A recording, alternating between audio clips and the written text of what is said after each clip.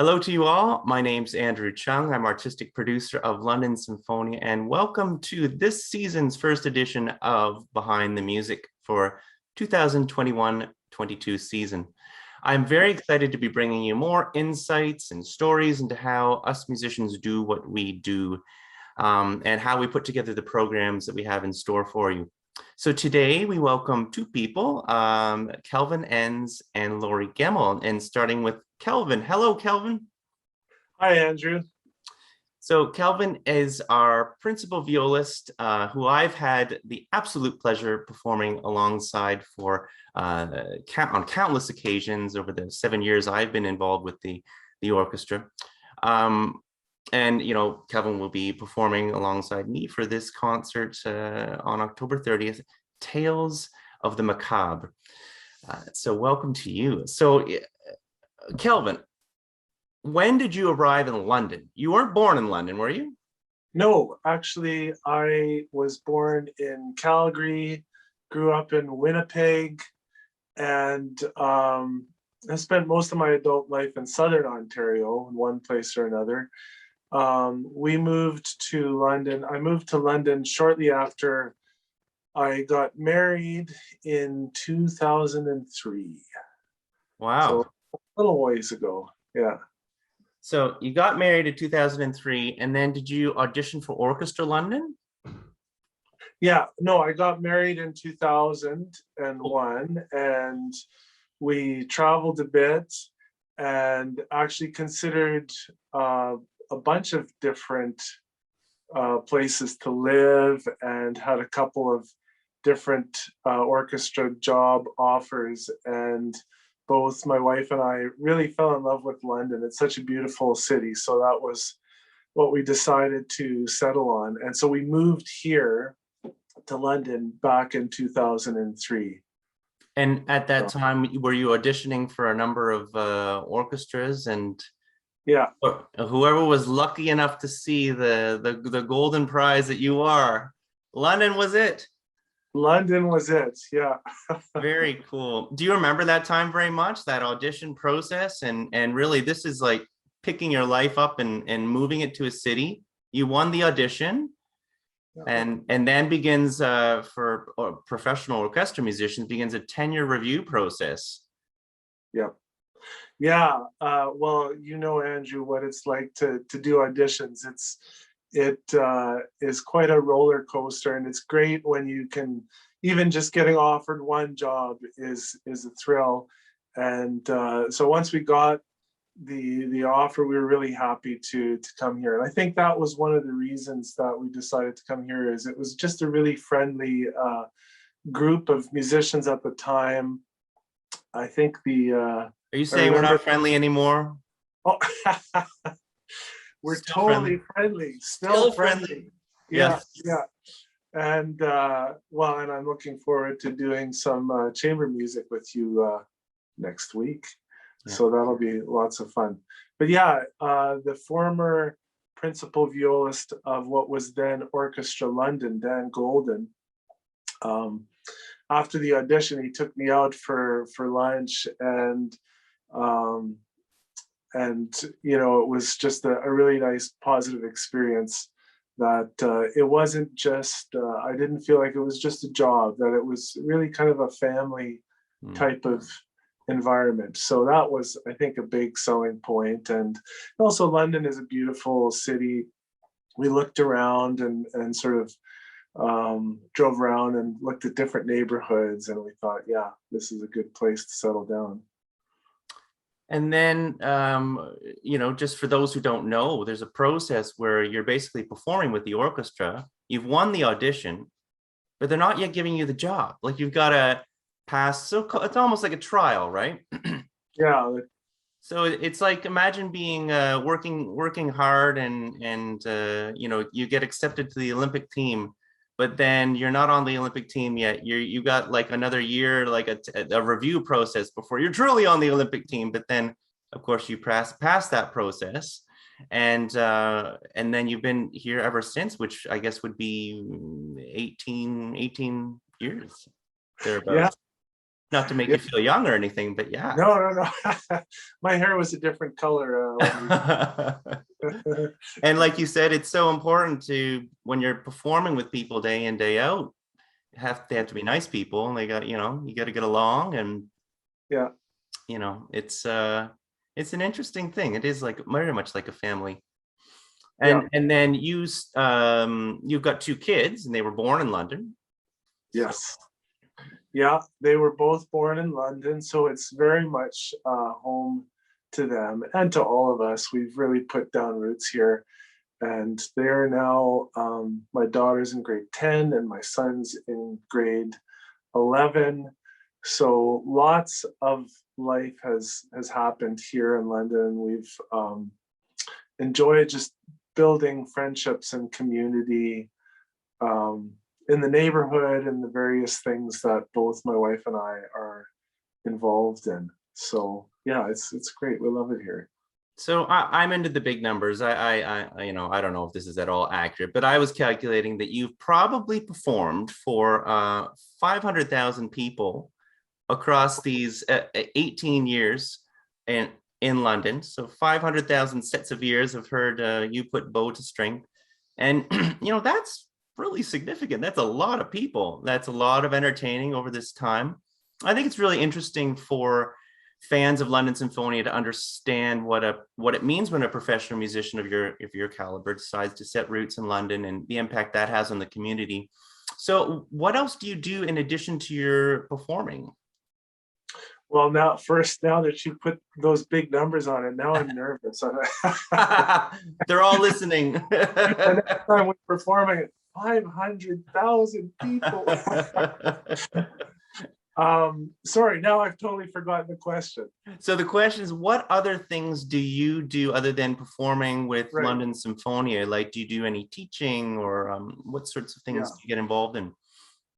I do lots of performing in other groups in different styles of music, different instruments. Actually, you can kind of see a couple of them back there. Yep. And yeah, teaching. So the other groups that I play in, I do the same thing in Kingston. So I play principal viola in the Kingston Symphony Orchestra. Mm-hmm. Orchestras, I also play with sometimes as an extra musician with the National Arts Center Orchestra. And yeah, just as probably you as well, Andrew, do a smattering of freelance with various different groups. And then chamber music.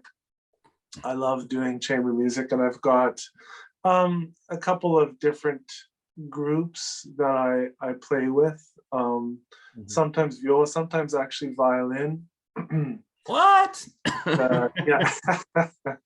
Usually, you know, the funny thing is when I play violin, I play with a group here in town, Encore Music, and we do classical music, but we do a variety of different styles. So we'll do some arrangements of popular music and some jazz and things like that. And then when I play in that group, there's a lot of just improv. So, you know, we'll have a song that we're playing, we'll play the melody, and then I'll kind of go off and do my own thing and then come back to the melody at the end.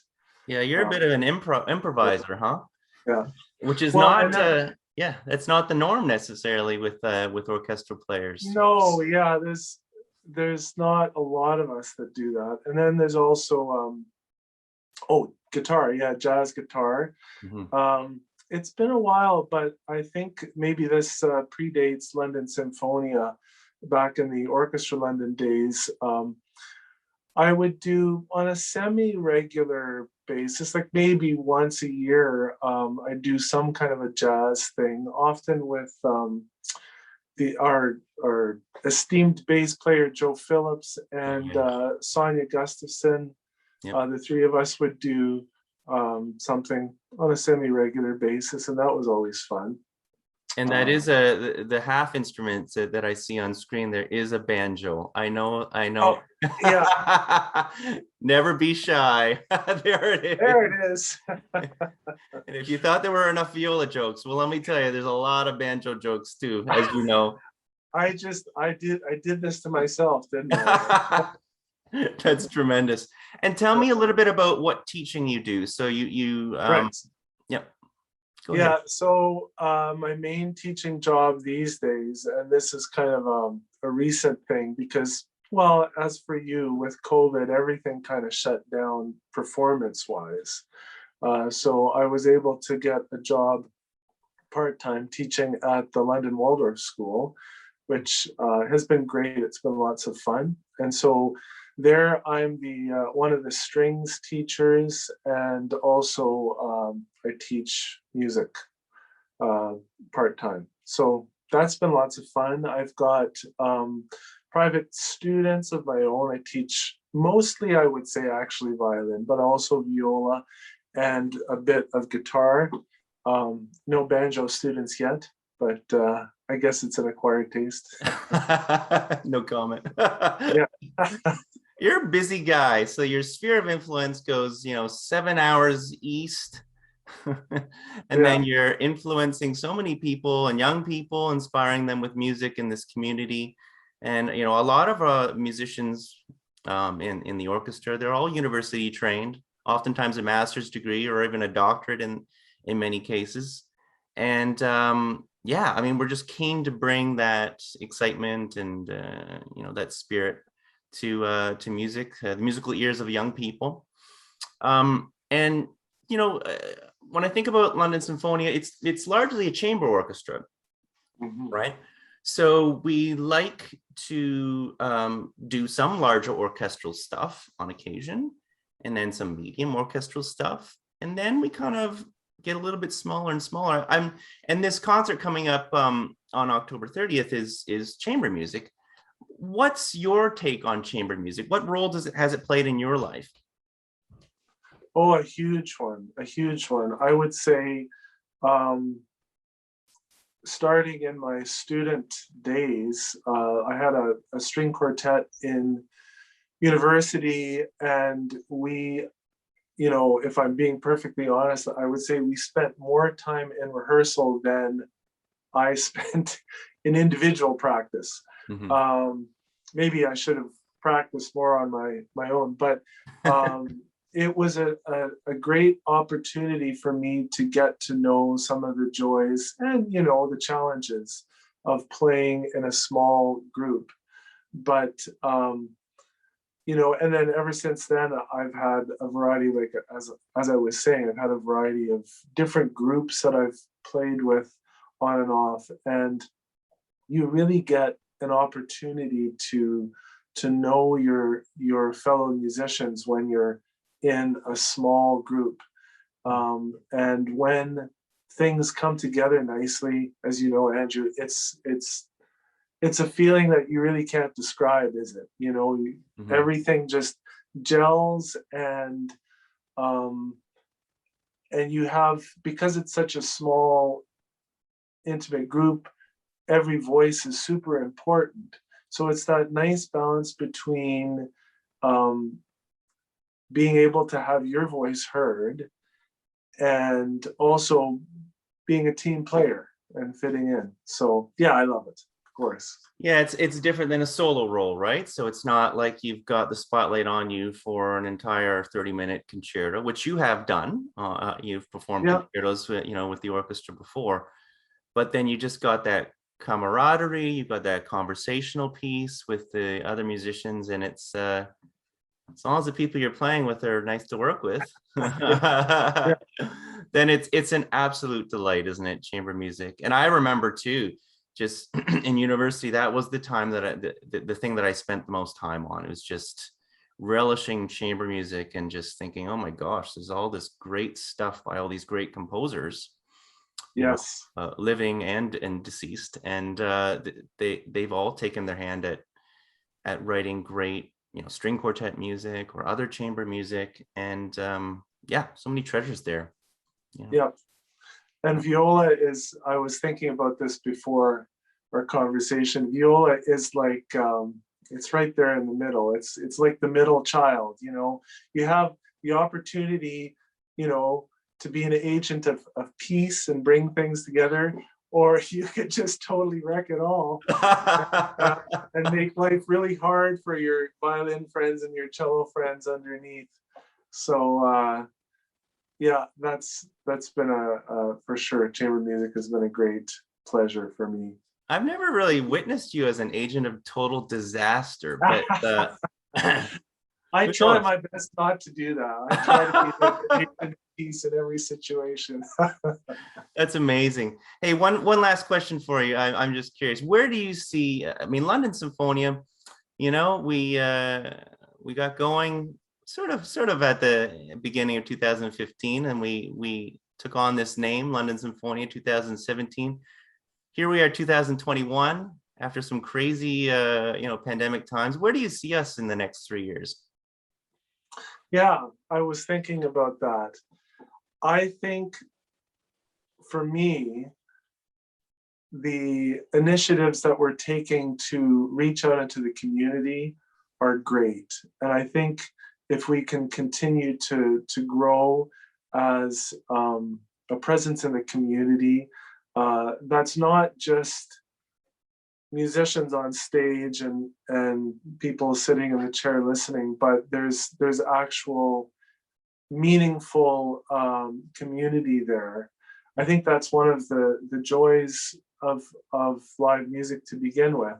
And so even though I'm really glad that we've had this opportunity through COVID to scale things back and do, like you were saying, a bit more chamber music, I think as things, as we're moving in a positive direction with COVID and everything, and things start to continue to open up, eventually we'll have those concerts again.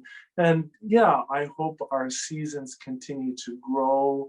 I like the various series that we've got at this point, and I hope that those series grow in themselves and we can continue to add a few more series, because I think there's a real love for the arts in this city, and I'd love to be a part of that conversation going forward. Yeah. Agreed. So you're not leaving London anytime soon. No, we're here for the long haul. Amazing. Kelvin, thank you so much for joining me today. Thank you very much, Andrew. Okay, cheers. Okay. And now we welcome Lori Gemmell. Hello, Lori. Hi, Andrew. So nice Lori, to see ya. Oh, nice to see you too. Lori's an incredibly accomplished harpist who has quite a bit of history in London. Tell me a little bit about that, Lori. Well, I started playing in Orchestra London, I think it was around 1990, 91. And I was doing my master's degree at U of T at the time. And so living in Toronto and driving to London. Uri Meyer was the conductor at the time. And so I consider him to be my orchestra mentor. I feel like he really taught me how to play in the orchestra. And you've been doing orchestral playing. You're the principal harp now for Kitchener-Waterloo Symphony. Yeah. And so you've been doing this thing for whatever, 21 years. But or longer rather. Yeah. Sorry. Math, I don't know. Math brain. So 30-some. But coming out of school, it's not a natural thing that like harpists understand how to play an orchestra, right? Like it's a very particular. Yeah, very different than solo playing. And, I did have experience playing at U of T in the orchestra and a National Youth Orchestra. But for a harpist, you don't play in every piece. So it's not nearly as much training as, say, a violinist or a wind player. So, you're still learning on the job. Once you get a job. Yeah. Once you get a job. Yeah. You've had some great ones. Now, Tom Allen's not here with us. Tom is your husband. Yeah. And we know that Tom always has lots to say. So we wanted to give... does. He's got lots of interesting things to say. But we wanted to give you the floor for a few minutes here. And, in this concert together, it'd be great to pick your brain about a few things. Sure. So, as I understand it, you guys have maybe 7 or 8 of these cabaret shows that you've put together. Yeah. And you're in them both, is that right? Yeah, we're both in them. It's a creative process that we do together, and often they start with a solo harp piece that I really love, and Tom tries to think of a story that would go with it or enhance Right. it or like make it more accessible to an audience. Right. So anyway, before we met, we were both really involved in story and music. Like it became a passion for both of us individually. I was working with a chamber music group in Toronto called Belladonna, and we started trying to bring story into our shows. And Tom was working with Andy Cregan, building story in shows. And then shortly after that, we met, and so we right away just felt like this was the thing that we could do and that we both love to do. And one of the first shows we created was a Murray Schafer show. And then I think the Cabaret show was next. I had performed one of the pieces that we're doing, The Mask of Red Death, based on that Edgar Allan Poe story. And André Caplet wrote a piece for a harp and string quartet, and performed it with a different storyteller. And I told Tom all about it, and he loved it, the idea. So we started developing that, and we asked Alexina Louis to write us a piece. So she took the poem The Raven, the Poe, by Edgar Allan Poe, and she wrote this piece for, again, narrator and harp and string quartet. And it's an amazing piece. Right. So you guys Yeah. actually commissioned that piece. Yeah, we commissioned it. And so those two pieces are the backbone of that show. Right. And And the so- Caplet you brought to the table, the Andre Caplet piece, Yeah. which is Yes. substantial and Oh, yeah. incredible. It's an incredible piece. Yeah. Yeah. So it really evokes most of the story throughout the whole piece. You hear bells ringing, the tolling of death arriving. Yeah. And so show we created in 2009, and we've been playing it here and there since then. And then we started to want to bring other people in. So we created a show called Bohemians in Brooklyn, and brought in Patricia O'Callaghan and Bryce Kulak, and so developed a show together, and that we've toured that all over the country. And then we really enjoyed working with that group. And we've also brought in Kevin Fox, and also my brother, who's a jazz musician. And we've created other shows, Weimar to Vaudeville, and Missing Pages, which is about the one Canadian who met Beethoven. And we made a movie out of that one. During the pandemic, we were supposed to have toured that show at festivals throughout the summer.